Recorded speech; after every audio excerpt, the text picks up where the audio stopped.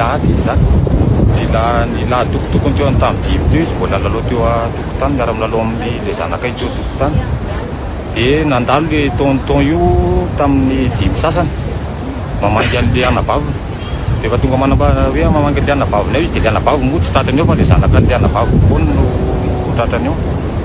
Dia izy amin'le mifoka zava-mahadomelina dia mamamy zava-mahadomelina zany izy dia ohatrany hoe nilebibebeny teo le zaza hoe misy asa ho andria mety amindry fa ndao ndry anaraka anahy. Dia noho ny fanaovany fanafody ratsy zany no ohatrany hoe nahazony an'le zaza fa le zaza tsy mpanaraka olona mihitsy, tsy mandeha mivoaka ny tanàna mihitsy.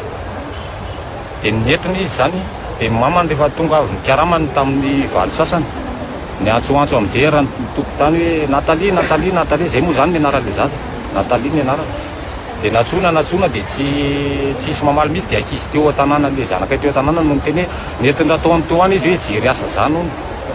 Dia nikariko ihany ny lahady alina tontolo iny tonga latsinainy maraina dia nandeha tany amin'ny polisy nanao taratasy fitaraina.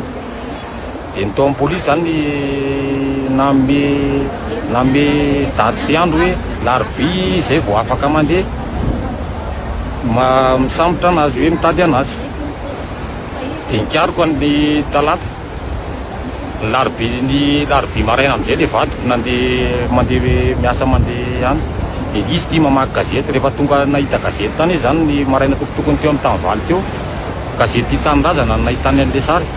Dia nitelefônina anahy amin'izay izy hoe teneny no ny mpiray tanàna amintsika eo fa ohatrany sariny Natalie no hitako efa tsisy lohantsony aty amin'ny gazety aty. Dia teny fiarahamonina amin'izay zany za. Dia teo vao nikorobaka dia mividy an'le gazety mihitsy ary zay. Rehefa avy mividy an'le gazety zay dia nandeha nakao amin'ny polisy koa. Dia vao amin'ny polisy zay dia nentina taty amin'ny hôpitaly le gazety dia nijerenay maso mihitsy. Misy mariky mihitsy amin'ny tanany, misy bracelet zany amin'ny tanany mariky mitovy an'reto raitapo amin'reto le mariky amin'ny tanany. Nahafantarana anazy hoe izy marina io. Dia avy eo moa zany niverina tany amin'ny polisy dia nanao vonjy-maika atapoka amin'ny polisy hoe andoharo io sambolona. Nisoran'Andriamanitra zany mba nisy an'le anabaviny ray tanàna tao no nanondro ny tanàna hoe eny Faravohitra misy an'le tanàna. Dia rehefa nandehanana teny izy moa dia tratra Morondolo tao izy. Dia nalaina izy dia rehefa natao ankety tao amin'ny polisy izy dia nitsotro ary niaika izy fa natao marina le zavatra.